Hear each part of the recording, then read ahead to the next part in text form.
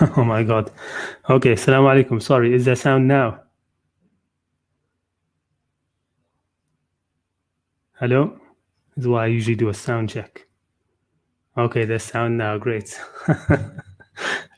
All right. So how should we do this? Do you want me to go through it again, or a quick, tell me quickly in the chat? You want me to go through it again, or just do the allow people on?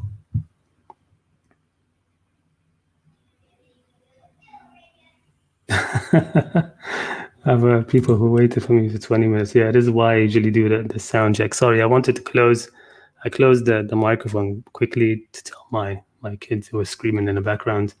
And okay, so should I do it again, or should we bring people? Let me bring some people on first and see what the people who are coming on say, and then maybe I'll repeat it. Why not?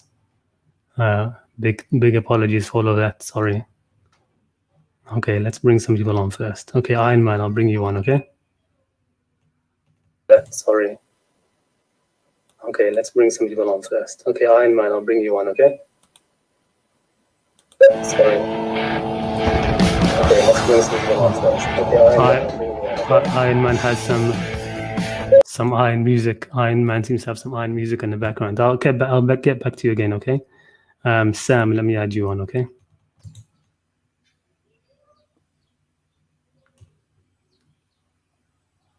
Newman is like, what's going on? I'm not sure what's going on. Assalamu alaikum, Sam. Are you there? Hello, can you hear me? Yeah, I can hear you. How are you? Yeah, good. That's good. Yeah, good. Well, that was embarrassing, wasn't it? How long were How long were you on while I was just jabbering to myself over here? Since the beginning, Since the beginning. What? Since the beginning, there was no sound, or yep. did I? Since the very beginning. Yeah. Really? Oh my God! Damn. I thought I switched it. Okay, my bad. That's why I usually do a sound check. Alhamdulillah. All right. You know what? Maybe I will try to go through this again, rather than we'll just have a very long live stream today. We'll do the people coming on first, and then I'll get back and do the presentation from the beginning. Okay. How are you anyway? Yeah, I'm good. That's good. Very good. Yeah. You have anything to share with us today? Well, I was gonna say something about the following reading the Bible. I mean, I don't know what your views are, but I think because most Muslims don't read the Bible, I don't feel they get a full understanding of what God is saying. I mean, the Quran I think is enough to sort of bring us onto the straight path of God. But if you want to know more in depth about who God is and what God's done and all the various stories from maybe the time of Abraham, then you need to read the Bible, I think, because it's got a lot of stuff in there. I know it's got some stuff that is kind of maybe inaccurate or not quite right, or maybe some maybe bits of corruption. But overall, I think maybe 90% is all true and relevant. Well, to be honest, I haven't read the Bible, read much of it. Snippets here and there. But what worries me mostly is because of course, I don't read the original languages. Okay, and that's not as big a problem, except that we have. It's a bigger problem, I should say, with regards to those scriptures than it is with the Qur'an, for example, right? From the Muslim perspective, because whoever translates them, it's always going to be an interpretation. A translation is always, by definition, an interpretation, right, into another language. So whoever does that is usually going to be the non-Muslims with that theology, and so I'm sort of worried about it. But I've got more than enough to occupy me with the Quran, so I don't really look into it as much. I mean, one of the things when I read most of the Bible. I can't say I read all of it. I mean, with the New Testament, yeah, I think that the New Testament is more like the Hadith we have nowadays. But the Old Testament, yeah, and the Gospels, yeah, there's a lot that Muslims can learn from it, and especially with the Quran, yeah, it mentions the Prophet Job. I mean, there's only a few lines about Job, But if you read in the Old Testament about the book of Job, it's brilliant. You learn so much from that book. And for No, me, undoubtedly, I'm sure that's the case. Like I said, but just I haven't. The reason, I mean, what I've heard, another thing that I've heard is that the Quran is deliberately, in terms of the stories, okay, it's deliberately, the prophetic stories which are in the Old Testament and New Testament. It's sort of like complements them. Okay, so it's brief where they are expansive, and expansive where they are brief.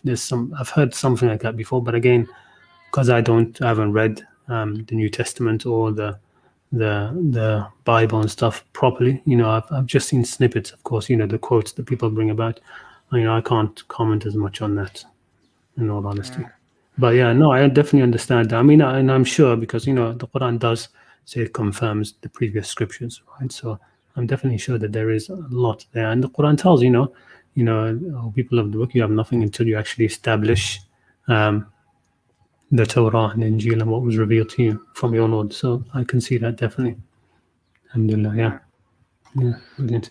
Let me go ahead now if you've got something else. No, I was saying when the story of Job, it's like, so one of the things that sort of confused me about in sort of the reality we live in here, basically things happen which are unexpected, and like people get cancer or people become orphans, and also things happen to good and bad people that you won't expect to happen.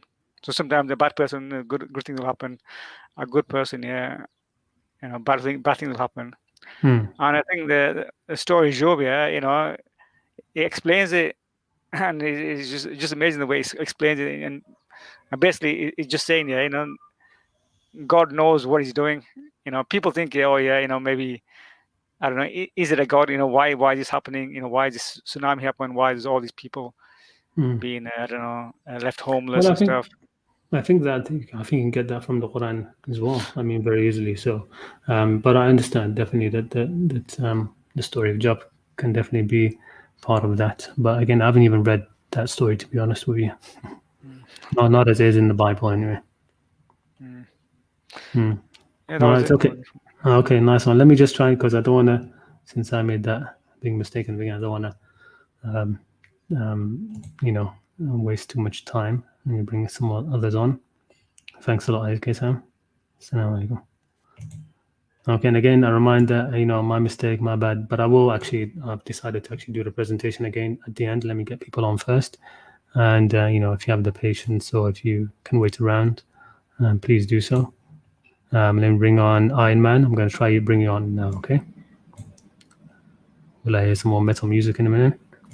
Let me bring on Iron Man. I'm going to try you bring you on now, okay? I'll go hear myself again. Will I hear some more metal music in a minute? Let me bring on Iron Man. I'm going to try you bring you on. Okay? Hello? Salam, bro. Can you hear me? Yeah, I can hear you. How you doing, man? Salam, Habibi. Yeah, I can hear you. How you doing, man? There's a huge delay. Can you turn off your I don't know. You've got a lot of feedback. Yeah, I can hear you. How you doing, man? There's a huge delay. Can you turn off your I don't know. You've got a lot of feedback. Okay, I think we have a time delay, so I'll Yes. just get on with the question. Yeah, my question is, when are you back in England? Oh, when I'm back in England, I'm not sure, to be honest. With Corona now and stuff, but I usually try to come back every summer. But this upcoming summer, I'm not going to be able to come back due to family reasons.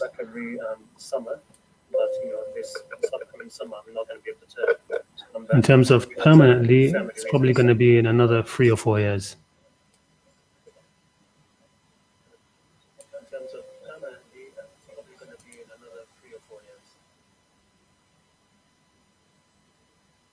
Is that okay?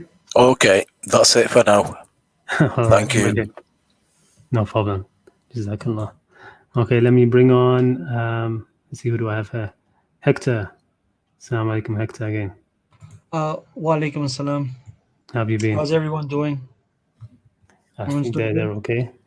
Okay. No, you know what? I'll just wait till after the presentation because I usually have questions about the presentation, and if we're gonna do the presentation, I'll just wait before I ask any questions. No problem. That's fine. Shukran. Okay, good. Let me see if I can get somebody else in. We've got two more in the background. Saeed, mashallah, Saeed is here again. Saeed, assalamu alaikum. Assalamu alaikum, brother Khalid. Actually, good, thanks. And you? Hope you're doing well as well. Good, alhamdulillah. Yes. I was watching your presentation. Actually, reading through the verses was a lot of a lot of use in itself. So with your comments, I'm sure it will be even better. But just touching on today's topic, I was thinking in terms of the story of Moses and his companion. Forgetting about that fish. That story. Yeah. Where they lost the fish, and then God orders them to go back to that place. Yep. And I think that's the wisdom. We don't really know who that person was. The people say hither, and I'm not sure. Maybe it was an angel or someone. Yeah. So sometimes I do believe that God hides certain things that we do not need to know, and He wants us to focus on the main message. Yeah. So I fully agree with this stuff because the deeper we go, the more complicated it gets. So in that sense, Quran is actually a perfect book, for us to keep our balance or to keep on the straight path, because otherwise, asking minor things or about the people of cave, where the cave was, imagine people knowing the place where Moses met that person, we would have thousands and millions of people standing at that place looking for that person, instead of doing something important, that would be trying to find it. Look at it would be kind of Khidr spotting. Exactly, it would be kind of I'm sure we would have built a couple of mosques there, turned into a holy shrine, etc. Instead of that's not exactly where I was going with the whole thing about don't ask that verse, but don't ask about things. Like I said, I get to it in the presentation. But what's interesting about this issue of Khidr, right? People ask about that. One of the things which is mentioned in the verse, which most people don't pay attention to, is the beginning part of it. It says, "Abdu min ibadina," a servant from our servants. Okay, so what I take that to be, because so you have some questions where people say, why has God allowed this to happen? Why has God allowed this to happen? About things which have happened, but what we don't see are the things which God has not allowed to happen. Okay, things which did not happen. And that's done, I think, through the through the intervention of many servants. Like Khidr is like one of many. It's mentioned in that verse. Abdu min ibadin, a servant from our servants. So it's if God has these sort of hidden servants around who have been given knowledge sort of the future, and they, of course, I also believe that they also will be judged according to that knowledge. Okay, because what God said is He gave them knowledge. He didn't say commands. All right, so He gave them knowledge of certain things. And then they are going to be sort of judged themselves about what they've done, with that knowledge. But that's a very interesting thing, the whole issue of Khidr and the murdered boy and stuff like that. That's one. Maybe that's something that I'll speak about one of these live streams, inshallah. Inshallah, because it's a kid being killed, a boat being broken, and and then that wall, that wall is more or less okay, fine, but killing the baby. But again, I think it's a signal from God. I fully agree with you that there are some forces that we do not really see and understand, but the forces that act on by the command of God, and we don't know them yet. We might know about them more. We might know more about them in the future, but for now, I guess it's a kind of ghaib, alladhina yu'minuna bil ghaib, so probably certain things we need to just, Yeah. All right. Okay. Let me, if you don't mind, I'll sure. Absolutely. Assalamu alaikum. And at the end of the presentation, if you want, you can come back on. No issues with that. All right. Sure. No problem. Yeah. Rashid. Assalamu alaikum, Rashid. Wa alaikum assalam wa rahmatullah. How are you? Assalamu alaikum, Rashid. كيف حالك? Alhamdulillah. كيف حالك أنت? Alhamdulillah. Yes. Yes, it was very unfortunate with the audio there. Yeah. Inshallah, it will be better even when you give us another round of explanations. Inshallah, inshallah. I was not fortunate last time to catch the last live stream, but I heard what you talked about. Was it the last time was about shirk, right? Yeah, I think the last one was about shirk. Yeah. Yeah. I did not. I don't remember if you covered the question on kufr, because you said that you were going to do one. Did you combine the two in that one? Because I don't remember. No, I haven't actually. I haven't done one. I will, inshallah, do one about kufr as well. But yeah, definitely will. Okay. Because I received because I was explaining to one of a brother of mine that perhaps we don't even that perhaps Allah won't punish people, or that Allah won't punish people in the akhirah just based on their on their iman, or just based on what they believed. Sorry, and he happens to quote this verse in Surah Al-Ahzab, no, Surah Al-Ahqaf, in which Allah says that وَيَوْمَ يُعْرَضُ الَّذِينَ كَفَرُوا عَلَى النَّارِ أَلَيْسَ هَذَا بِالْحَقِّ قَالُوا بَلَى وَرَبِّنَا قَالَ فَذُوقُوا الْعَذَابَ بِمَا كُنْتُمْ تَكْفُرُونَ. So he happens to quote that verse and says, you see here, Allah is saying that test the punishment because of that which you used to do kufr. So I have to tell him that kufr there might not entail someone disbelieving as we understand it today, or as we understand the term today, that maybe it is referring to something else, the term kufr here. Could you give a short description? Without doubt, the kufr is definitely not disbelief. It just can't be disbelief. But people will be punished because of kufr, right? People will go to something because of kufr. Kufr is like a response. Okay, it's a response to something. Okay, it's much more to do with action rather than it is to do with belief. Okay, so for example, ذوقوا العذاب بما كنتم تكفرون, will that include shaitan or not? I would say so. Yeah. Of course, and does shaitan disbelieve in God? I mean, not in the same way, of course. Not disbelief. Exactly. So we that's where the main line is to be drawn. Okay, the English word where we say when you believe something, if it's true or not, right? That's what we mean. I believe something, this or not. Is it true or not? Does it exist or not exist? Okay, that's not kufr. Okay, that disbelief, sort of like the mental in your mind, I disbelieve in something, that's not kufr. Okay, kufr is much more to do with the heart. It's much more in the heart.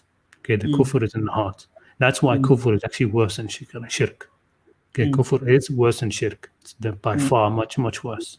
Okay, shirk is more to do with the mind and a little bit of in the heart, whereas kufr is sort of the opposite. Most of it is in the heart and just a little bit in the mind. Okay, that's how I see it. But the thing which I always want to mention about kufr is that it's one of those multifaceted terms. Okay, there are some things. Yeah, there are some things where just one definition just doesn't cover it. We can't get one line of definitions for it. And the example I always give is love, right? Do we have one definition for love? Has anybody been able to say, okay, this is the definition of love and that's it? And and it encompasses all the meanings of love? No. Okay, poets and writers would have nothing to write more about anymore, right? They did, okay, that's it. Somebody has done it. They've gotten the definition of love, and that's it. No, there's a lot. There's a lot of situations where we will look at it and we can plainly see that is love. Now that doesn't mean it's not a reality, right? Doesn't mean that kufr is not there is really such a thing as kufr, just as there really is such a thing as love. But to have one small definition, it's very difficult. Another way to think about it is like, think of these terms as three-dimensional. Okay, like three-dimensional. When you look at it from when you have a three-dimensional object, when let's say a house, right? You can stand in the front of a house and you can describe what you see in front of you. Okay, or you can go to the back side, the other side, and you describe what you see in front of you. Exactly. Or you can fly above from the top, you can describe what you see there, or from the sides. Okay, but it's still one object. It's still one thing. Okay, the same thing. Language. Some topics, some ideas in language. Some ideas are like that, but language is only linear. Okay, in language, we only have a linear way of speaking, right? One word follows another word follows another word, and that's how we have to describe this three-dimensional concept. Okay, so we describe the front of it, okay, or we move a little bit to the right, and we describe the angle, or from this side, we describe that angle. Okay, and we use different words and phraseologies and these kind of things. But to have one definition, you will never be able to, just like you can't see the whole of the house from all the sides at one time. Okay, having one definition for such a huge concept, it's very difficult. It's very, very difficult. Yeah. And would Iman also have the three-dimensionality to it, or would you also say that? Yeah, I would. But Iman is much more. It is much more to do like close. It is closer to belief than kufr is to disbelief. Okay. Iman is much more. It's much more like that. Okay. Which is why, for example, nobody, God, for example, he never says he loves the believers. You know, I did a video about that, right? Those whom God says he doesn't love, and those whom God says he loves. He never says he loves the believers. Okay, but he does say he does not love the kafirun. Okay, Allah la yuhibbul kafirin. Okay, and you know, so I mean, I tend to think of Iman much more like the English word faith is much more apt. Faith, actual faith. All right, it's more of a feeling. You know, it's something in the heart. Okay, and which is why you can find people who believe in God, but they are faithless. They really are faithless. Right, exactly. You cannot trust them. You cannot depend on them. It's as if they don't. You know, they believe in God intellectually, but it's as if they just have no feeling inside the heart that God exists, that there will be an akhirah, that they will be questioned. You know, especially the liars. You know, people who lie, who make up things about others, who testify to things which are untrue. How can a person who believes in the next life, you know, how can somebody actually have faith in the next life actually do something like that? You know, it's you know, I can understand a person murdering somebody in terms of, you know, being angry and killing somebody and these kind of things, but you know, a lie, you know, an actual, you know, shahadat zur, you know, that where does that come from if you have actual faith, right? So anyway, look, I went on a bit there, but that's okay. I'll definitely, inshallah, try to do one about kufr. Okay, inshallah. Okay, all right. Let me try to alaikum assalam wa rahmatullah, and bring on Aslam. Assalamu alaikum, Aslam. Yeah, walaikum assalam. Yes, now your voice is audible. I'm good, alhamdulillah. Hope you're doing well. Yeah. Good, so I did. Just being good so far. Alhamdulillah. So I needed, as you are a native speaker of Arabic language, I needed understanding of in Surah Ankabut, verse 29, chapter 29, verse 46.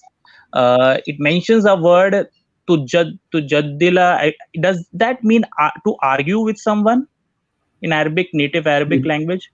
Jidal. Yeah, jidal. Yes. Jidal, Jidal is sort of like, argumentation, dispute.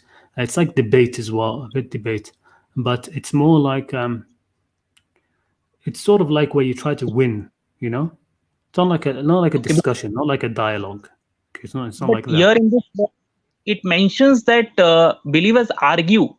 So argue with the people of the book, and in a best way. So I mean, because I totally disagree with the people debating like this Muslim Christian debate and this like other debate. This in order to present understanding, and they will use these kind of verses. So I wanted to. Well, the verse is actually that verse. I think I know which verse you're talking about. It's actually one which is prohibiting debating with the people of the book.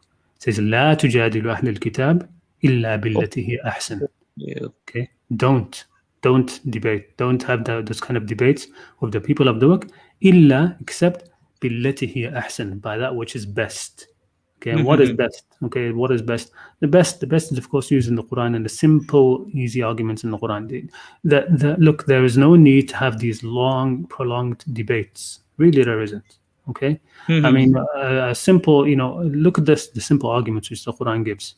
Okay, it says, okay, give them these simple arguments, the simple thing, simple explanation, and then just leave them. Okay, so a very clear example of that is the where it says, talking about Jesus and his mother, it says kana ya'kulani ta'am. Okay, they used to eat food, right? That's all you need to say. Then the Quran just says, okay, you tell them that. انظر كيف نبين لهم الآيات. See how we make things clear to them. ثم انظر أنا يؤفكون. Then just watch how they are turned away. And just watch. After that, watch. There is no need for these kind of prolonged debates where where where it's an ego boost. Mostly the people, put a supremacy. I mean, they want to put across like golden civilization like that. They want to put across. Exactly. Jidal is not a good thing. Okay, it's not. It has very negative connotations in the Quran. Very negative. If you look all over the Quran where it talks about Jidal, most of the time it's talking about الذين كفروا يجادلون بالباطل.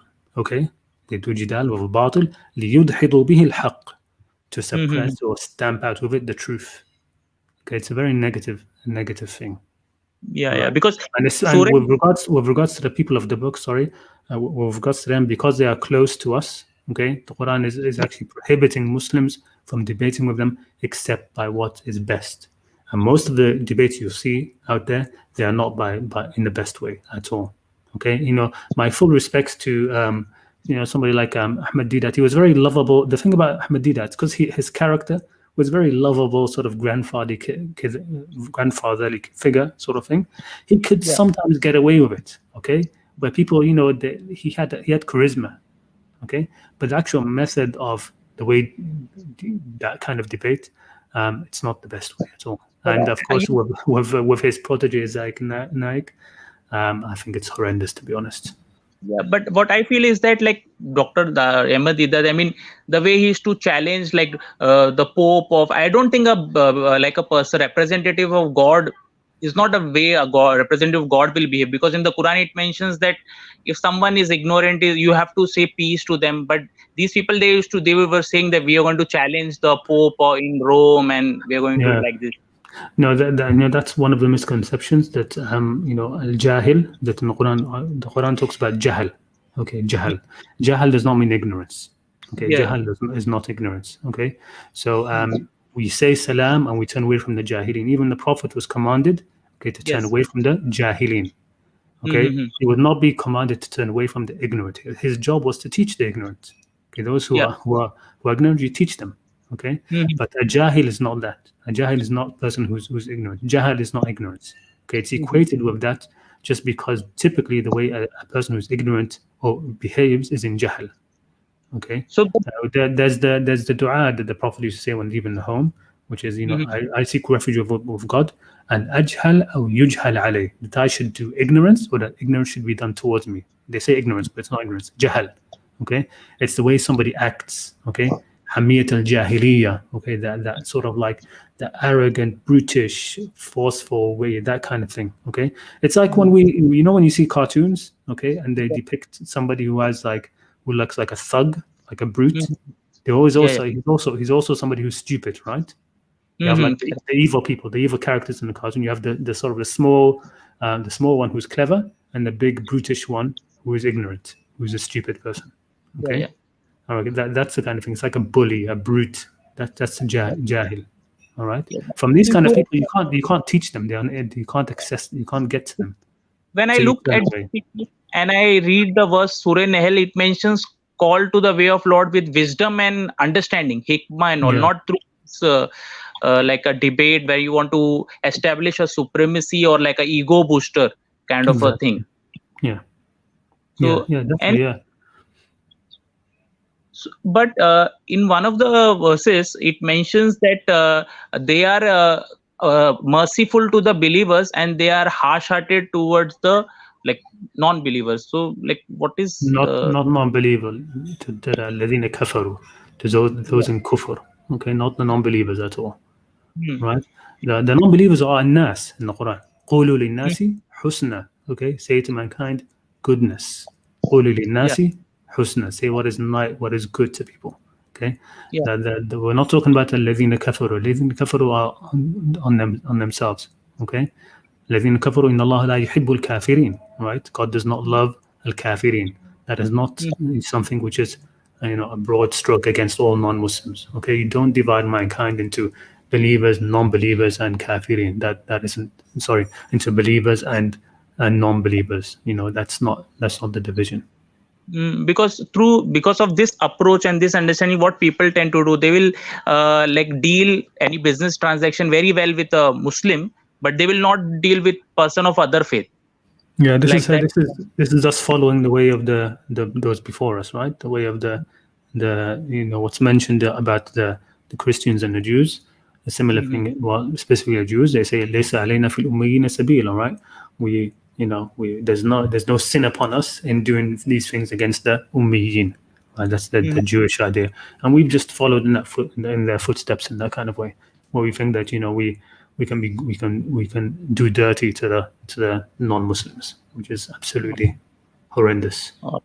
So what I understand is that you're saying is not to argue, correct, with this verse, because here the translation is mentioned argue only, like that's English translation. It's mentioned believers argue only.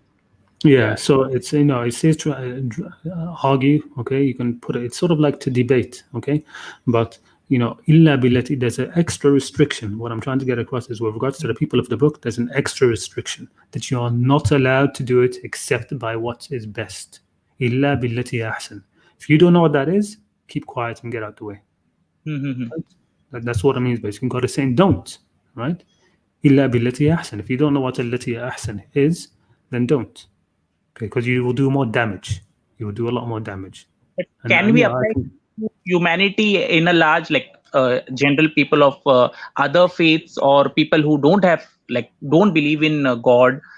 Can these people, because they are just human beings. Generally, if you see any Jewish person, they are just following their father's tradition. I mean, the modern Jewish, secular Jewish person, he doesn't know about. So can we divide this between people of the book, or can today's approach, can it be implemented like just a human being, like a human being? Can this approach is only for that Christians and this thing, or can it be applied to all men? No, I mean, there are other verses which talk about how you should, guide others, but guide all of mankind and speak to them good and call to the way of your Lord, etc. But I'm just saying that with regards to the people of the book, there's a restriction. Okay, there is it's there. There's a restriction that you are not allowed to accept in the best way. Okay, you're not allowed to accept in the best way. The reason why the extra restriction is there is because they're already very close to us. Okay, they're already very close. Our religion is confirming theirs. Okay, for the most part. Right, and so when you argue, if you're not doing it in the best way, then you're going to be pushing them away. All right. So, in your opinion, this debate culture is not very much what God has ordained, correct? This debate culture. We are the Prophet Muhammad was not a debater, right? Yeah. He was not a debater. He was a teacher. One atlu al-Qur'an, right? As he says, right? The Quran says, "One atlu al-Qur'an, faman ihtada fa innama yahtadi li nafsi," right? And I should recite the Quran. So whoever is guided for themselves. Okay. Innama alayka al-balagh, for you is only to clear expression. Al-balagh al-mubin. All right. That's you don't need to. What are you going to do? What's the point of a debate? Trying to just show that you win a debate, or are you trying to convince the person? What are you trying to do exactly in a debate? You should be trying to just explain things clearly. That's all. You should be trying. For the people who want to know, you explain things clearly as you can, as within your ability. That's what you do. Okay, and the rest. And these all. إنما عليك البلاغ وعلينا الحساب. Upon you is the balagh, and upon us is the hisab. That's the line. That's the line drawn. Okay, the line is drawn there. عليك البلاغ علينا الحساب. Okay. All right. Okay. Let me, if you don't mind, because I don't want to keep people waiting too much longer. Let me try and give that presentation from the beginning again, and inshallah, if anybody else would like to come on, I'm more than happy to have them on again. Okay. All right. Let me just have a look quickly. Somebody's put something there. God's messenger is saying, the man who is most hateful to God is the one who quarrels and disputes most. Yeah, there are these kind of things there. There's like I said, it's a very negative trait in the Quran. Allah says in the Quran, وَكَانَ الْإِنسَانُ أَكْثَرَ شَيْءٍ جَدَلًا. All right, the human being is more quarrelsome than anything. He quarrels all the time. Okay, I actually have 2 of you on. I didn't know that. Okay. All right, let's try and go through this presentation one more time. Okay, so this basically was going to be a commentary about this verse in the Quran.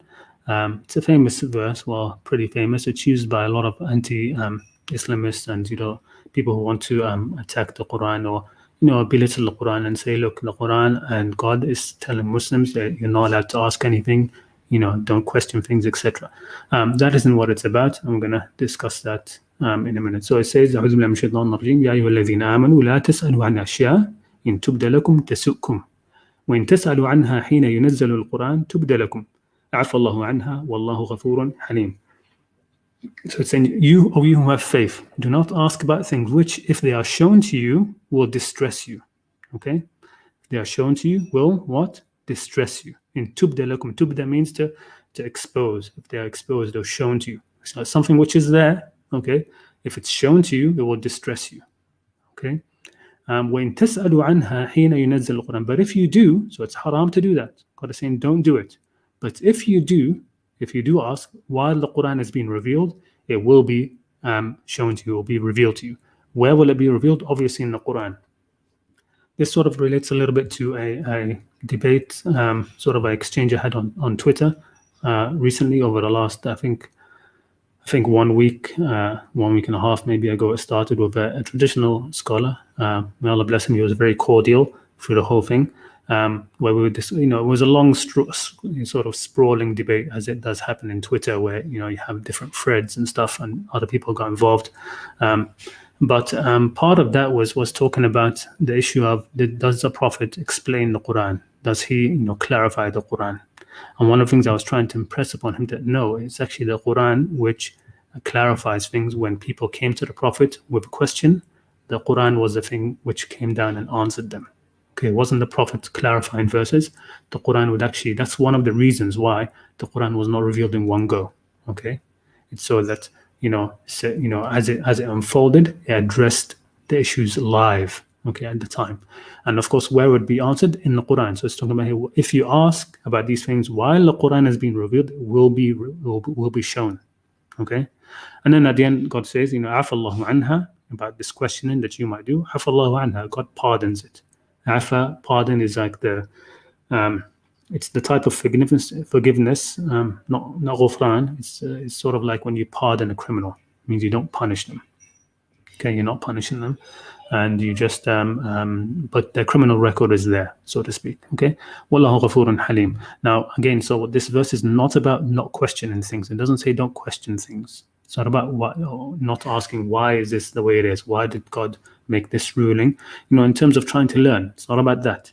Okay, it's not about seeking answers to your doubts. It's not about that. It's not about blind following. It's not about any of that. Okay, what is it about? This verse is about not asking regarding laws and restrictions which God has chosen in his wisdom and mercy not to reveal. Okay, he's chosen not to reveal these things. The reason why is because he's giving you that mercy, that breathing space. Okay, you don't need to know about certain things. Okay, and he's willing to accept from you your own judgment regarding them. Okay, he's willing to accept your judgment regarding them.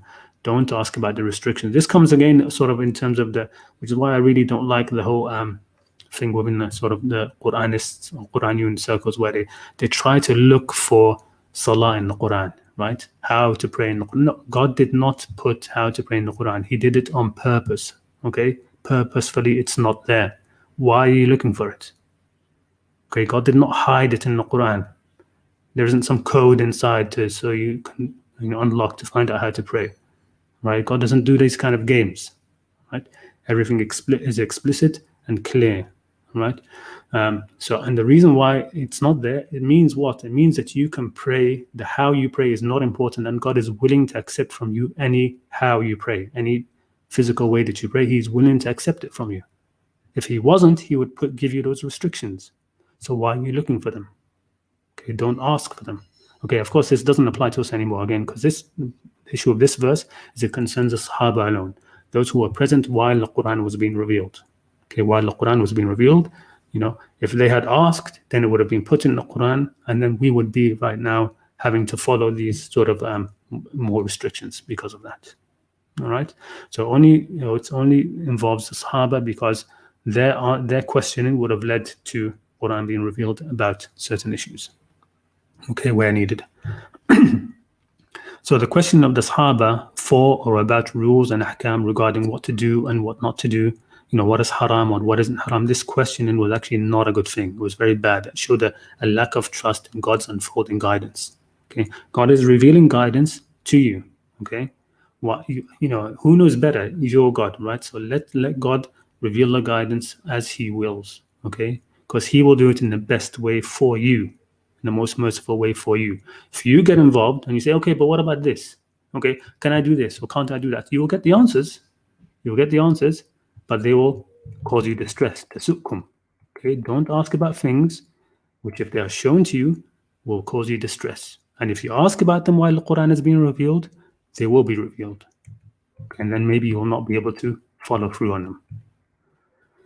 Okay, so and the reason why, of course, because if you ask for certain things, when God, answers, if there are something which is for Him, He will answer as a king, as a sovereign king. He will ask what is best, what is more befitting to Him. Okay, the answers He will give will be what is more befitting to Him. Right? If you ask Him, like we're going to see in a minute with the Banu Israel, if you ask Him what should we sacrifice for Him, He's not going to tell you to sacrifice a mangy cow. For Him, He will want the best. Okay, for Him, He will want the best. And so this comes to as part of this verse as well. وَلَا يَأْتُونَكَ بِمَثَلٍ إِلَّا جِئْنَاكَ بِالْحَقِّ وَأَحْسَنَ تَفْسِيرًا. That one of the reasons why the Quran was not revealed in one go, which is what the previous verse from this mentions, is that so that they do not come to you with a method. Doesn't really mean argument. A method, just a similitude, an example, something they're questioning about, except that we will bring for you the haqq and the best tafsir, the best explanation, the best thing. Okay, we will bring that if they ask. So an example, the reason why I wanted to put this here is it's a very clear example about what I'm talking about, which is Musa, Bani Israel, and the cow. There is a reason why it's one of the first stories in the Quran. Okay, because Musa is being asked again and again by Bani Israel about the cow they were commanded to sacrifice. Whereas if they had just sacrificed the cow from the beginning, it would have been so much easier for them. They didn't need to ask, but they kept asking. Okay, so the first thing they say, Musa says, Inna Allah ya'murukum an tadhbahu baqara. That's it. There's the order, there's the command. If God wanted more than that, He would have given you more restrictions than that. Okay, they said, do you take us for ridicule? All right, so Musa's response, of course, is A'udhu billah an akuna min al-jahilin. I seek refuge that I am from the jahilin, from the ignorant. So again, here you see, it's not jahilin, it's not ignorance. Doesn't mean they don't know. They know, okay? But they are acting in ignorance. They're saying, what? Are you taking us for fools? That's basically what they're saying. When somebody is speaking to you like this, what, am I a fool to you? Are we fools to you that you're telling us to sacrifice a cow? So they're ridiculing, okay? And so that's ignorant. That's part of jahal. Okay, that's jahal, not knowing. Okay, then their next questions are not because they don't know what to do. They know exactly what they should be doing. But okay, they say, okay, then all of these questions are going to be source of jahal, and they're going to add restrictions to them, which will make things distress, make things bad for them. So they said, قَالُوا أَدْعُ لَنَا رَبَّكَ. They said, oh, call upon your Lord to make clear to us what it is. And we have these questions now. Tell us, why in the Quran God hasn't told us how many rak'at to pray? Why haven't we been told, exactly the amount of zakat to do? How many? God has not given us these things for a reason. Okay, so Moses said, it is a cow which is neither virgin or it's actually neither old, faridun, wala bikr. Of course, bikr is not actually virgin here for a cow. It just means a young cow. Okay, it's not very old, it's not very young, but medium between them. Okay. And this is now Musa's last-ditch attempt to tell him to just do what you commanded. Just do it. Okay, it will be accepted if you just do it. So do what you are commanded. فَفَعَلُوا مَا تُؤْمَرُونَ. But again, that's not enough for them. قَالُوا ادْعُ لَنَا رَبَّكَ. They said, call upon your Lord to tell us what's its color. What color does it matter? Just slaughter the cow. But if you ask, okay, God wants the best. He says, it is a yellow cow, bright in color, pleasing to the observers. Okay, and that's the most beautiful type of sort of cow that you'll be able to see. Okay, it's sort of like goldish yellowish color. Okay, a beautiful cow. Okay, so now you have these restrictions. You can't sacrifice an old cow. You can't be young, and it can't be any color except this amazing, beautiful color. Okay, do you want more restrictions? Keep asking. Okay. قالوا ادع لنا ربك يبين لنا ما هي إن البقرة تشابه علينا وإنا إن شاء الله لا مهتدون. They said, call upon your Lord to make clear to us what is it. Indeed, all cows are like to us. If all cows were alike to you, why didn't you just sacrifice a cow from the beginning? And then he said, okay, then inshallah we'll be guided. So he says, okay, he says it is a cow which is neither trained to plow and the earth nor irrigate the field, one free from all fault and with not a single spot on her. So now look at all these restrictions. Now they have to, no other cow will do. God will not accept any other cow from them. They have to find one exactly according to these descriptions. They said, okay, now you have brought the truth. Okay, now we know the haqq. Now we know the haqq. Before, God wasn't given the haqq. No, he was. So they slaughtered it, but they could hardly do it. They said, they almost didn't. They almost didn't. They're like, oh my God, we have to now get this amazing cow from its owner. We have to buy it. And some of the traditions, they say they have to pay a huge amount of gold for it. Because imagine a cow like this is not one which is being used for anything. It's not one which is being made use of. It's just one which is sort of like a decorative thing. Okay, somebody has it. Okay, he doesn't need the cow for anything else other than it looks so beautiful. He's just keeping it on the side. So to get that cow from him, you're gonna have to pay money. You're gonna have to pay a lot. Right? So they almost didn't do it. Right? But all of these restrictions were from their own doing because they asked about things, which if made clear to them, it would make their lives difficult, and that's what happened. Okay, so they kept asking about something which, when it was revealed to them, made things very difficult for them and distressed them. Okay, had they simply obeyed from the beginning, God would have, from His mercy, just accepted any sacrificed cow, any cow. But because they asked, He replied with what was befitting for His divine station. Okay, if you ask me, then to me, belongs what is the best, the absolute best. That's what I want. Okay, that's what God will answer. So we have in our own ummah, in our own nation, we have certain distresses which were caused by the questioning of the Sahaba. Among them is the Sahaba's repeated questioning about something which took away a certain mercy from us, from the ummah. Okay, and now because of that, most of the ummah is sinful. Most of the ummah is sinful, and that's regarding how much we should spend. Okay, so first of all, God had revealed in the Qur'an, just spend in the way of God, spend in the way of God.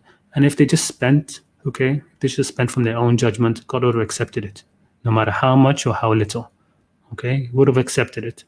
But of course they asked, okay, يَسْأَلُونَكَ مَاذَا يُنْفِقُونَ. They asked him, what should we spend? What should we spend? Say to them, O Muhammad, and this is even this answer is still a mercy, right? Just like before, when the Bani Israel were asked, the first answer was a very merciful answer. Okay, not too old, not too young. That's it. Okay, imagine if the last response had come first. That would have automatically been a restriction. No breathing space. Here there is still breathing space. They ask you, O Muhammad, what they should spend. Say to them, spend what is good. It's good for parents, for relatives, for orphans, for the needy, for the traveler. And now look at this last statement. وَمَا تَفْعَلُ مِنْ خَيْرٍ فِإِنَّ اللَّهَ بِهِ عَلِيمٌ. Okay, this is a sort of a veiled attempt to stop any more questioning. Right? Whatever good you do, God knows it. Okay, don't worry about how much you spend. What you spend, God knows it. Okay, just do, مَا تَفْعَلُ مِنْ خَيْرٍ, whatever good you do, God knows it. Okay, you don't need to ask how much. There's no need. Right? But so here again, God is, He's giving them a merciful answer. Okay, leaving them, the door of mercy is still open. There's still breathing space. They can just spend. Okay, spend what is good for their parents, for orphans, these sort of things. Okay, just spend what is good. Okay, don't ask much. Be content with God's instructions and just do as you're commanded. Be content that however much you spend, God knows it. Be happy with how God is unfolding the guidance to you. Don't ask about things which, if they are shown to you, will distress you. You don't want to ask God how much you should spend. Exactly. But of course, God's guidance and answer the first time, even though it was clear and appropriate, it wasn't good enough for them. Okay, they asked the same question again. Okay, so instead they just keep on asking. They ask, وَيَسْأَلُونَكَ, and they ask you, وَيَسْأَلُونَكَ. This and is almost derogatory to them. They asked before, I answered them. وَيَسْأَلُونَكَ, and they ask you, O Muhammad, again, what should we spend? Say to them, you want it? Okay, fine. Tell them, O Muhammad, the answer that will cause them distress. They asked for it. Tell them the excess. Okay, what is beyond their needs. What does that mean? That means that now the ummah, in terms of what they should be spending, and spending doesn't have to be charity. Okay, it means you can buy things. The point is you don't keep that much wealth. Okay, let them wealth flow around. You know, if you have a car, buy another car. You don't have to give the wealth in charity. Okay, but if you're comfortable, you have everything that you need. You have your own home. Okay, don't you do this if you don't own your own property, your own home. You should be, you have your needs met. Your needs are met. Okay, then what's beyond that, you have to spend. You have to spend it. Okay, you can't just keep it in the bank. Okay, buy 3, 4, 5, 10, 15, 20 cars is better than leaving, millions in your bank account. Don't do that at all. Okay, because then at least those people who you are buying cars from, they benefit. Okay, the circulation of wealth. This sort of thing could solve so much of the world's wealth problems. Okay. So now this is the command from God. Okay, how many people though from the ummah, even now or historically, respond to this, right? Because again, this is, and there are other things as well, like it's in the Qur'an. Okay, so among the things that the Sahaba kept on asking, there are some things which eventually the Qur'an would have made haram anyway, like khamr. Okay, like alcohol and gambling. Somebody could still take this argument that I presented here and say, no, if the Sahaba had not kept asking about alcohol, God would not have made it haram. Possibly, I suppose, but I don't think so, because these are, the Quran says these are from amal shaitan. But they kept on asking, didn't they? Right? They ask you about these things. So the answer came ever more restrictive, didn't it? Okay. In the beginning, it didn't necessarily have to be. Now, this, of course, most will say that this is from God slowly weaning the people away from these things. Okay, so first don't pray while you are drunk, and then after that but of course that one where don't pray while you are drunk isn't a response to a question. Okay, it is supposed to be in terms of the traditional narrative, in terms of a hadith, but in the Quran there is it's not a question, right? It's just given straight away. Okay, that don't pray while you are drunk. All right, but then after that they're questioned, right? But there are, again, I personally think that khamr and maisar, these gambling and they are harmful. They are from the amal shaitan. They are rijs, the Quran calls it. فَهَلْ أَنْتُمْ مُنْتَهُونَ, right? Will you not desist? Okay, and that shaitan only wants to bring divisiveness and hatred, animosity between you through these things. So will you not desist? So these are clearly things which are harmful, which eventually the Quran says that that he would be making what is tayyib, what is good, halal, and what is khabith, haram. And definitely these things fall under the khabith category. Okay, and so compare this whole issue of wealth, okay, in terms of the ending of Surah Muhammad, where it says, إِنَّمَا الْحَيَاةُ الدُّنْيَا لَعِبٌ وَلَهْوٌ وَإِن تُؤْمِنُوا وَتَتَّقُوا يُؤْتِكُمْ أُجُورَكُمْ وَلَا يَسْأَلْكُمْ أَمْوَالَكُمْ. Okay, this worldly life is only amusement and diversion. And if you have faith and taqwa of Allah, He will give you your reward, and He will not ask you for your wealth. Have taqwa. One of the things of taqwa is to not ask about things which, if shown to you, would cause you distress. Okay, that is also from taqwa. Okay, but of course they did, and then because of that, God, told them. Okay, He said He did ask them their wealth before He said, don't. But this last verse, this verse is sort of prophetic in a way. Okay, it says if He should ask you for your wealth and press you on it, you would withhold, and that's exactly what happened, right? God asked them and said, because they asked Him, what should we spend? He said, al-afu. Okay, but now they are withholding, and He would expose you. He would expose your unwillingness. Okay, and the last verse here says, "Ha antum ha'ulai tud'un litunfiqu fi sabilillah." Here you are now, those who have been invited, who have been told to spend in the cause of Allah, spend al-afu, spend what is excess, what is beyond your need. But among you are those who withhold out of greed, yabkhal, okay, are miserly. Whoever withholds only withholds from himself, and Allah is free, and you are the needy. And if you turn away, He will replace you with another people, and then they will not be like you. Okay, so that was the second go at this presentation. Inshallah, it was beneficial. Okay, alhamdulillah. Hopefully you heard me that time, right?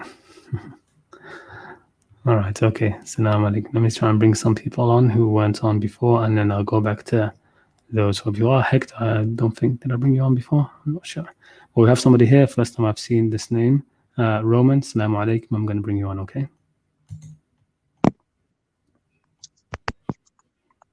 Assalamu alaikum. Assalamu alaikum. Can you hear me? Yes, I can hear you. How are you? I'm well. How are you? I'm good. Alhamdulillah, shukrillah.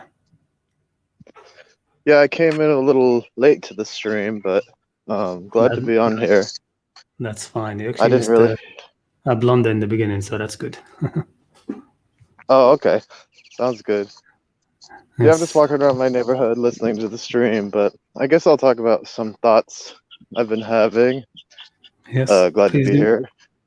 Been appreciating it. I guess something I've been frustrated with and thinking about a lot lately is the idea that, and I find this in a lot of just coming up in conversations about Islam, the idea that Islam is like a club or just another patch in the quilt of religions, and not this primordial, perennial like relationship that humans have with God. And I find Muslims perpetuate this myth just as much, this idea that Islam started with Muhammad in the in the 6th or 7th century. Yeah. So that's something that's been on my mind a lot, and I find just so pervasive in the dialogue relating to the Quran or just the tradition as a whole. Yeah, definitely.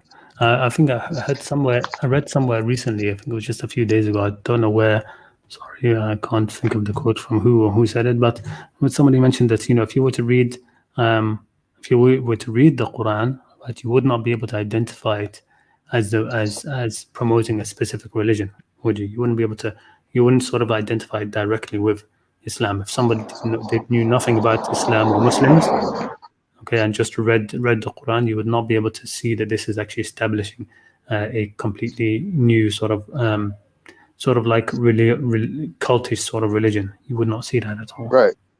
The opposite, in fact, I would say. Yeah, the opposite exactly. You'd see something which is spanning all of humanity, right? From Adam down to now. Exactly. Yeah, definitely. But this is part of the way that we've been told, right? That for those who accept narrations, all right, and this is a narration which is confirmed, I believe, by the Quran. The Prophet said that you will follow the way of those before you, right? Step for step, cubit for cubit, so that even if they entered into the hole of a lizard, you would do so too. Among that is this idea that we know that it's us only, right? So one of the important ways to understand that hadith is to look in the Quran at what those before us say, and you'll see that we say the same thing. So one of the things they say is لن يدخل الجنة إلا من كان هودا أو نصارى. Okay, that's what they say. None will enter Jannah except whoever is a Jew or a Christian, right? Now we have of course saying the same thing, right? Nobody will enter Jannah unless they are Muslim, and that's it. Right. Precisely. So you'll find that look at it's a very interesting thing. If you analyze the things which are said about the Jews and the Christians, you'll find we have exactly the same thing, pretty much across the board. Even the Trinity, if you believe me or not, the Trinity, we have the 3-in-1 Tawheed, right? It's sort of dying out now, but it was very strong for a while, right? That the Tawheed is 3-in-1 Tawheed, right? Tawheed al-Rububiyyah. In what way, though? I don't know if you've heard of it. If you haven't, then you're blessed that you didn't live in an era where that was very common. But yeah, they had the whole the concept with the sort of the Salafi concept that Tawheed is actually in 3 parts, right? And that if you don't have one of the Tawheeds, if you don't have one of those Tawheeds, then you don't have Tawheed.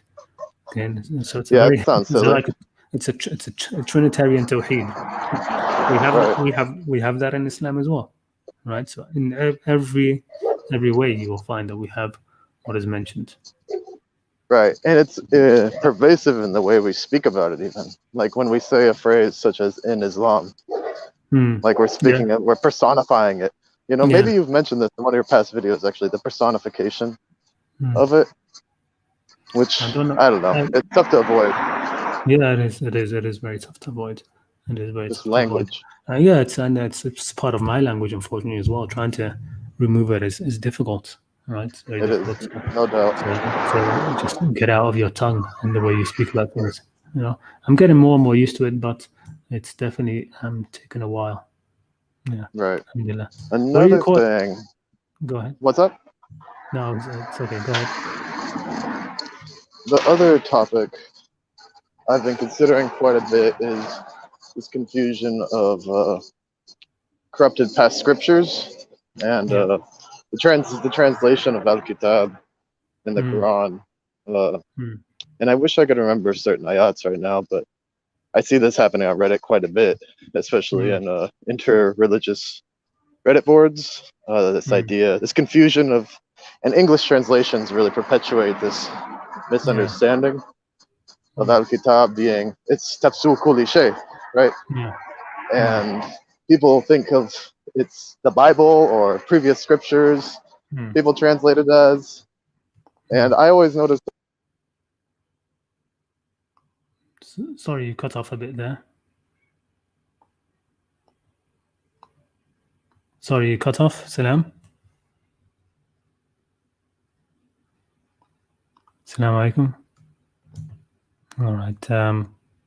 I think I'll bring you back on in a minute because it seems to have cut off. It's showing that your audio is still on, your mic is still on, but you can't hear anything, even the cars that were switching by, right? All right, okay. Let me bring somebody else back on, and I'll bring you on. But in terms of that last thing that you were mentioning, what was it? That the idea of what does Al-Kitab mean? This is also one of the things which I was actually having this dialogue about on Twitter with, the meaning of Kitab, because I actually started about in terms of the preservation of the issue of the preservation of the Qur'an and stuff like that. Was a whole sort of dialogue was about that. And one of the things we mentioned that was the meaning of Kitab. What does Kitab mean in the Qur'an? You know, one of the things that misconceptions, I suppose, that Musa, for example, he was what was revealed to him was a Torah. It wasn't. The Quran just mentions a Kitab. Okay, we gave a Kitab to Musa. Kitab is basically, I think, means prescriptions, divine laws, regulations, how to set up the rules of society, these sort of things. Okay, these sort of things which fall under Kitab. Okay, let me bring somebody else on. Hector, Assalamu alaikum. Wa alaikum assalam. Thank you for having me back on. Thank you again for another amazing presentation. I really like the points that you pointed out. Especially, I have one question for you concerning the questioning and the response. The questioning of Benu Israel, yeah. and God's response to that. Then I have another question, but focus on this one. Do you think that the reason that God made it more, what I would find as difficult on them, was the fact that they were arrogant from the beginning of their questioning, or do you think it's just the continuous questioning? No, I think it's neither of those. I think God was. You ask. Look, imagine what would you think of a king when he decides. You know, he says, "Okay, I want you to give me something." Okay, and then when you ask what kind of thing, he says, just like this small little, the worst of the things, basically. Yes. That's not part of majesty. Okay, it's not part of majesty. Divine majesty, God's divine majesty. You're asking him what you should sacrifice for him. Okay, you're not going to get a small answer. You're not going to get a small answer. He's not going to say, okay, when he commands you of himself, he will tell you what is merciful. Okay, so I told them, sacrifice a cow. All right, they asked, but they kept on asking. So, and again, the merciful response was, kept on becoming less every once in a while. Each time they asked for something, the answer was something which is good, right? It was sort of the best thing. When he says, okay, the cow should be neither old or young, in your mind, when you think of cow, what is sort of like the archetype cow? Is it going to be something which is very old or very young? No, it's going to be something in the middle, right? Like what in your mind when you think of cow, that's what it would mean. Okay, the average age. right? When he asked, okay, what color should it be? Okay, God would respond with the best of colors. Not going to tell you, okay, this dirty brownish sort of like a mongrel color or mixed matched or patchwork. No, it's a beautiful yellow cow. Okay, فاقع لونها تسر الناظرين. Look at that expression, right? You know, it's a إنها بقرة صفراء فاقع لونها تسر الناظرين. Right? It's a yellow cow. فاقع لونها. فاقع. It's almost like فاقع when you poke somebody's eye out.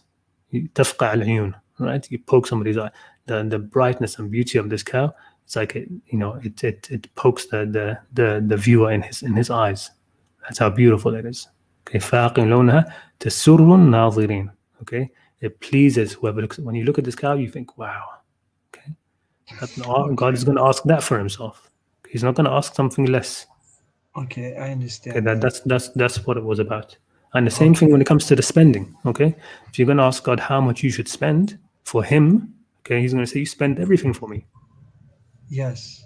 Okay, that's how I see it. It wasn't a punishment. Okay, that's why the verse in the beginning when I mentioned it. Okay, لا تسأل عن شيء تبد لكم تسؤكم. Don't ask about things which if revealed to you. The thing is already there. Okay, if we go back to the verse, tubda, okay, is like in the verses of hijab. Okay, لا يبدين زينتهن. Okay, they should not reveal their zina except to their fathers, their brother, etc. Okay, the zina is there. The zina is there, right? It's just that it shouldn't be revealed. Okay, and God is saying, hey, don't ask about things which, if they are revealed to you, they are there already. Okay, God is in His majesty. For Him it belongs the best. Okay, for Him belongs the best. Okay, but out of His mercy, He's not giving you those. But if you ask about them, He will reveal that to you, and then you're going to be demanded. That's going to be the demand. Okay, interesting. Okay, yeah, I never thought of it like that. Well, thank you for showing me that. I hope it will others because I was that means it's a failing on my part in trying to explain it from the beginning, because that is the actual. That was my fault then. I should have been more clear about that. Okay, go ahead. Understood. Yeah, because I've always understood it like a punishment because they kept asking. But you say no, it's not because of that. It's because of He wants the best. Okay. Yeah. Do you understand correctly? Yeah. Because it's God's majesty demands the best. Okay. True. That's logical. Don't give God the measly things. Right? No, of course not. Oh no, of course not. Okay. Now the second thing I want to get to it, and thanks for going to this slide here because it's right here. I understand that when you were referring to don't ask about things which, if they're shown to you, will distress you. If I understand correctly, you're looking at it from a point of view of law, right? Of fiqh. Is this correct? Yeah, sort of. Yeah, law and fiqh and anything which basically, anything you ask about, in terms of guidance. Okay, Okay, we can either trust God to guide us. All right, and trust that because God will give us the guidance that he wants, okay, and then He will, out of His mercy, He will step back and entrust the rest to our judgment. Okay, so here you go, do this, and that's it. Okay, go ahead now, live your life. All right, live your life. What is beyond that, I will trust you to your judgment. Okay, but if you ask, what is this haram, and the answer is yes, now it's haram. If you didn't ask, it wasn't haram. Oh, okay, interesting. It wasn't haram. Yes, if he didn't ask, he said, was this haram or this? And he wouldn't get it. Okay. If the Sahaba had not asked what should we spend, there would be no verse in the Quran now saying spend the excess. It would not be there. Okay. We would not now have to spend the excess of our wealth. Yes, understand I understand. Me? So it's in that kind of way. I used to always put myself in that situation when I was studying Maliki fiqh and Hanafi fiqh. But I want to bring this, something that came to my attention when you read this part was that besides the part that things are haram or halal or whatnot, but can we use this in our everyday interaction with other people? For example, like don't ask something of someone that if they tell you that thing, it might distress you. Yeah, you can use it in that kind of way as well. I mean, Yeah. I'll probably use it more with my kids, right? Don't ask of your kids. Don't ask of your kids things which they can't do, sort of. This is actually just a general tip, right, in terms of life, right? You don't ask of your sort of your employees, your children. Don't keep asking them for things which they can't do, because then they're just gonna they can't do properly, because then you're just gonna find a way to do it poorly, if you know what I mean. Okay. So Yes, don't of ask about course. things, don't expect of people things which they're not going to be able to do. Don't command them to do things. Don't ask them to do things which they will find difficult. Okay, because that's just Yeah. it's going to be bad for you, right? It's going to come back on you, right? Well, But the difference with God, of course, it doesn't come back to God, right? When He says, no, it doesn't. and when He says, okay, you spend you're asking how much you should spend, you spend the excess. Okay, that's now on you. Okay, it's not going to affect God, right? Yes. I would just like to put an advice out there for everyone listening to really follow this, because I had a lot of problems with my first marriage because not following this little premise here, and things got worse. So just so everyone, like, if your partner is hiding, just let them. Yeah. I mean, that's sitr, right? I mean, God. How much does God? Well, one of the things we're supposed to be, right, is khulafa of God, right? Viceregents of God, right? Viceroys, khalifa. Okay, that means it means to act in somebody's stead. So that means you should be trying to take the qualities, be like the godly qualities. You should be a godly person. Okay, and God, ya'fu an kathir, the Quran says, right? He pardons and overlooks much. Wa ya'fu an kathir. God doesn't demand doesn't demand too many restrictions. Okay, his thing is still valuable. Is like his Jannah and the reward is still very high. There's a high levels to achieve, right? But it's also the entry point isn't very big. Isn't very big. Just be what He created you to be. Yes. But Yes. Awesome. And you were talking about Al-Kitab al-Tawheed from Muhammad ibn Wahab as well. Yeah. I So just wanted there's to mention that. I just wanted to mention that it was very difficult for me to get past the first page. Every time from different translators, I was like, it's a difficult. He was writing for Bedouins, to be honest. He was writing for Bedouins, for uneducated Bedouins in Najdi, Saudi Arabia, Muslim who couldn't read, which is why one clever thing which he did do was he kept on using the same verse to basically as evidence for everything, right? Instead of giving them intricate evidence for what he wanted, he would give them one verse. Okay, don't do this. Why this verse? The same verse all the time. Okay, which is وَأَنَّ الْمَسَاجِدَ لِلَّهِ فَلَا تَدْعُوا مَعَ اللَّهِ أَحَدًا. He just kept on, okay, this means, okay, here's evidence for it. The same verse, one verse is evidence for everything which he says. But he wasn't writing for people in the West, for intellectual people. He was writing for Bedouins in the middle of Najd, okay, and who were at the time very, very ignorant. But yeah, I mean, it wasn't just, it's the idea of, it's more of a Salafi idea that Tawheed is divided into three parts, right? There's the Tawheed of Uluhiyya, Tawheed of Rububiyyah, and Tawheed al-Asma wa Sifat, and these things, okay? And whoever does not have one of those Tawheeds doesn't have the others, okay? If you don't have Tawheed of Uluhiyya, your Tawheed of Rububiyyah is not accepted. And if you don't have, you have these things, it's like a Trinity, right? If you don't accept the Son, your Tawheed. I've sat down with them and I've overheard and I've heard, and it doesn't catch my attention though. I mean it's drying up now. It's not pushed as much. Okay, the Azhar, I think, I don't know if it had a part to play in that or not, but they did put out a few fatwas or articles about the issue of the free tawheeds, and showing how it doesn't make sense at all from the Quranic perspective and stuff. The first person to bring it up, in fact, didn't say free tawheeds, he said two, and that was Ibn Taymiyyah.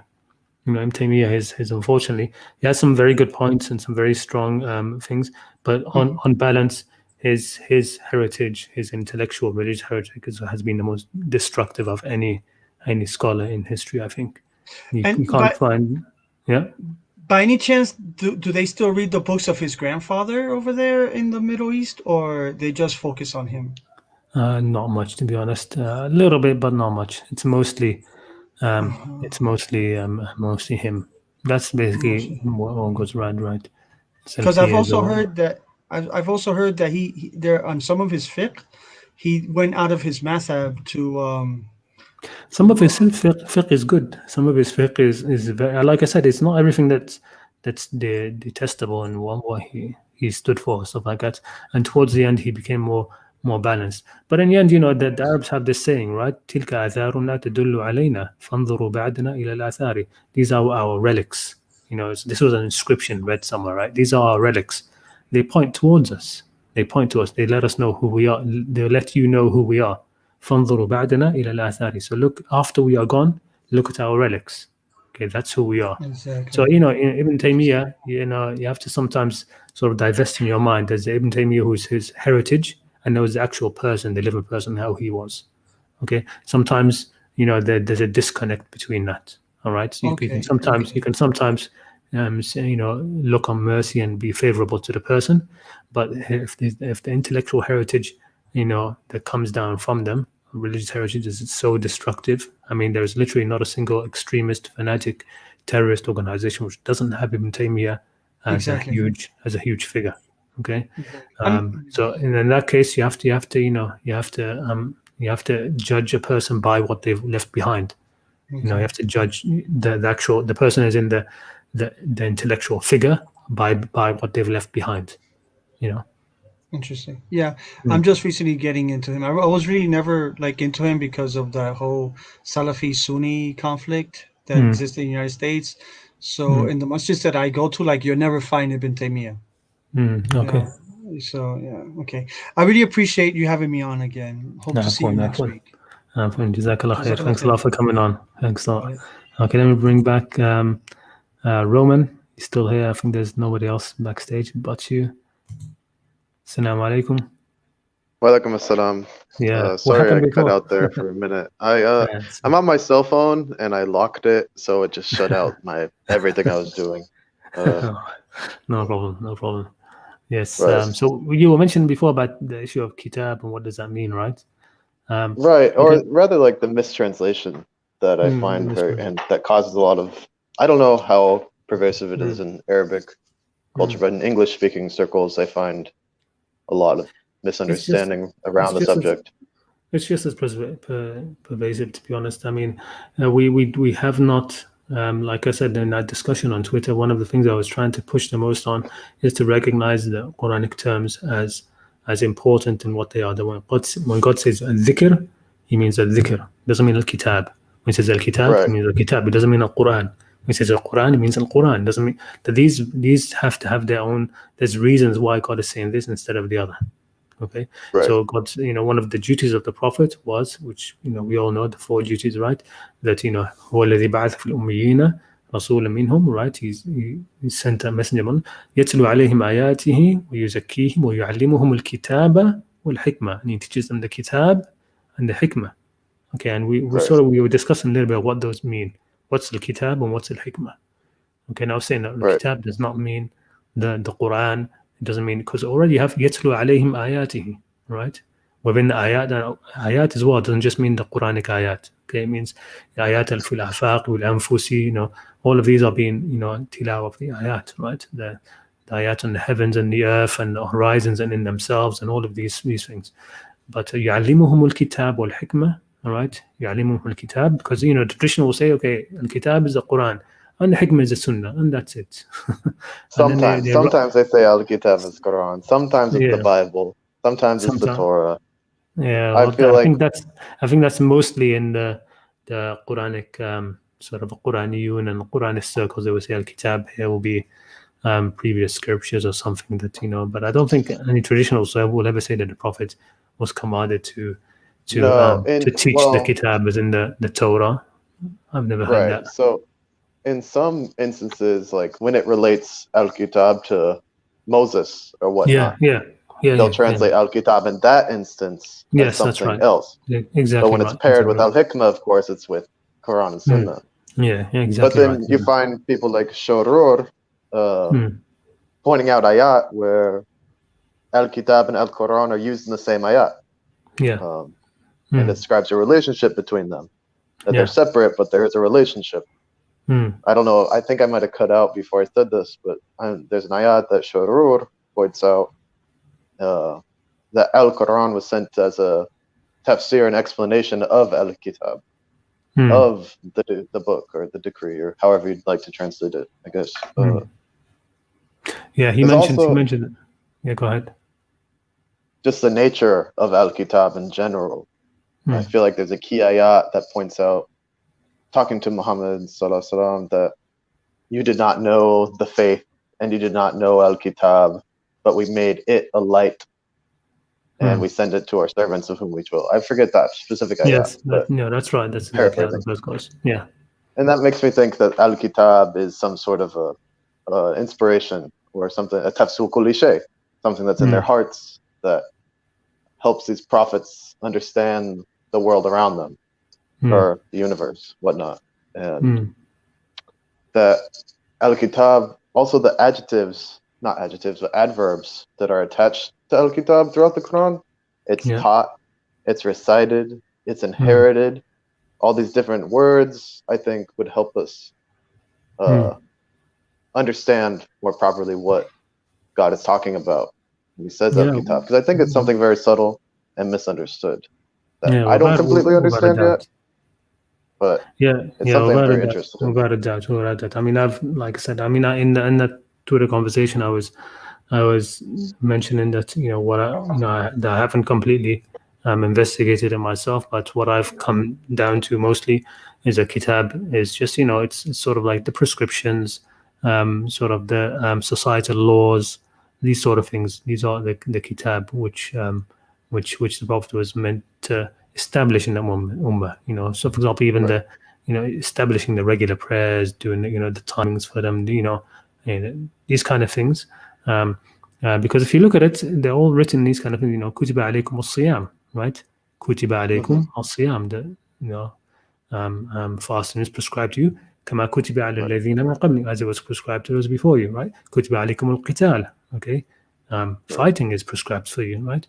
كتب عليكم إذا حضر أحدكم الموت. Okay, when death approaches you, al-wasiyatu, and talks about in marriages, kitabullahi alaykum, right?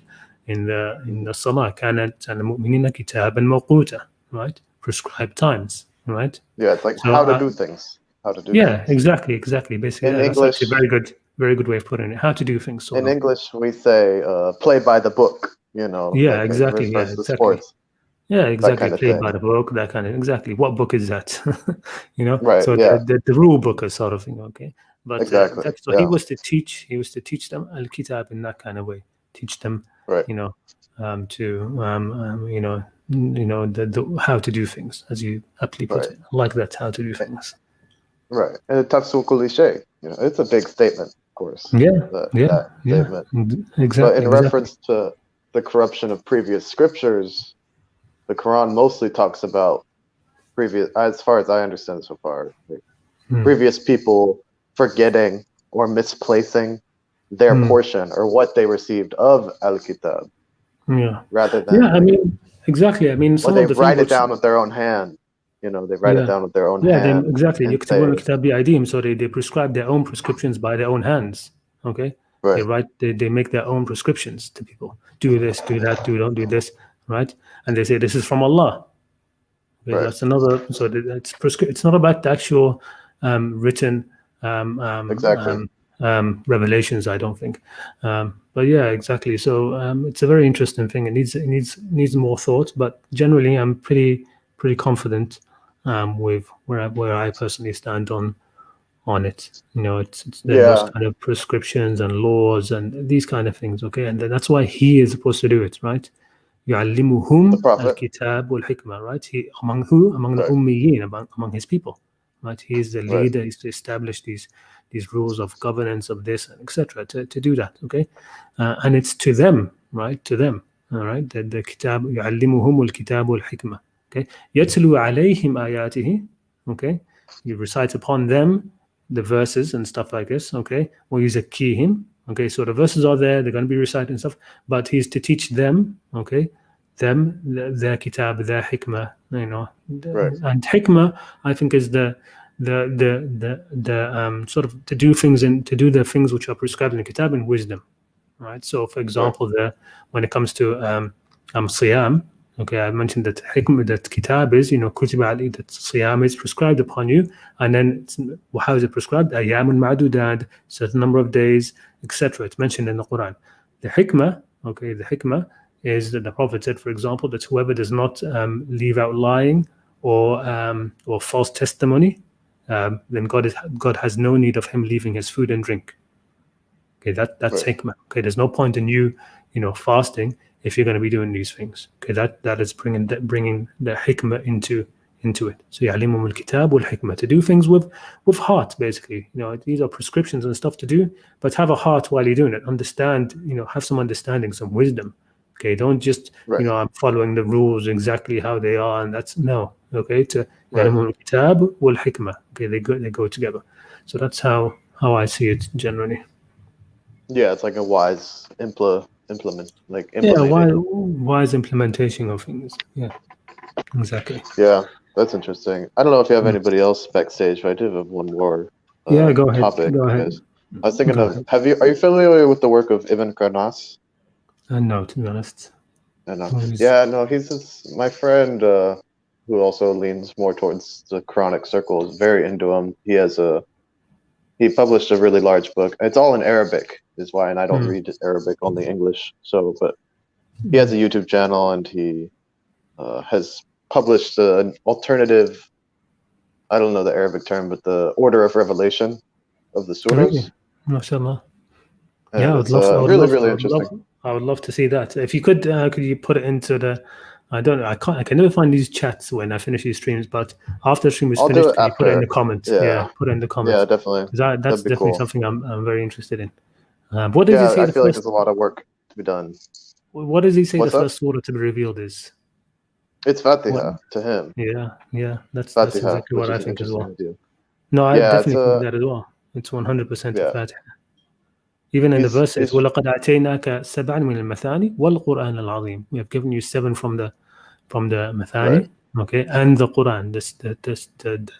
The Fatiha came first, and the Quran was actually, the Fatiha was revealed to the Prophet first, and the Prophet spending his time in the cave, you know, reciting and praying, that the response of the Fatiha is the whole of the Quran. Right. So the only people who have this kind of understanding is the Sufis.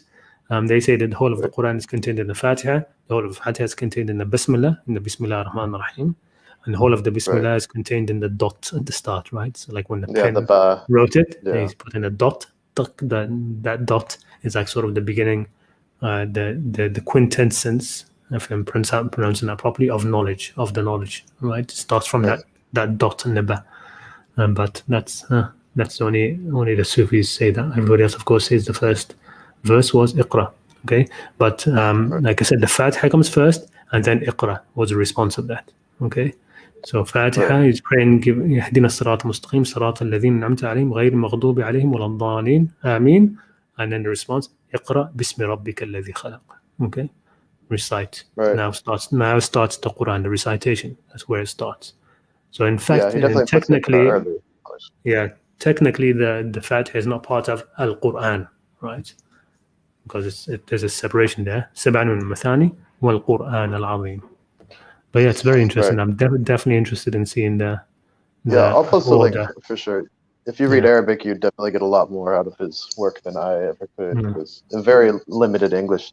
He also is on the fringe of some theories of like Jesus and Isa being 2 different people. I don't know if you've heard of that theory. I'm not too into it myself. Never. He's got some fringy things. But definitely some good points. We all have some fringy things, my brother. Yeah, no doubt.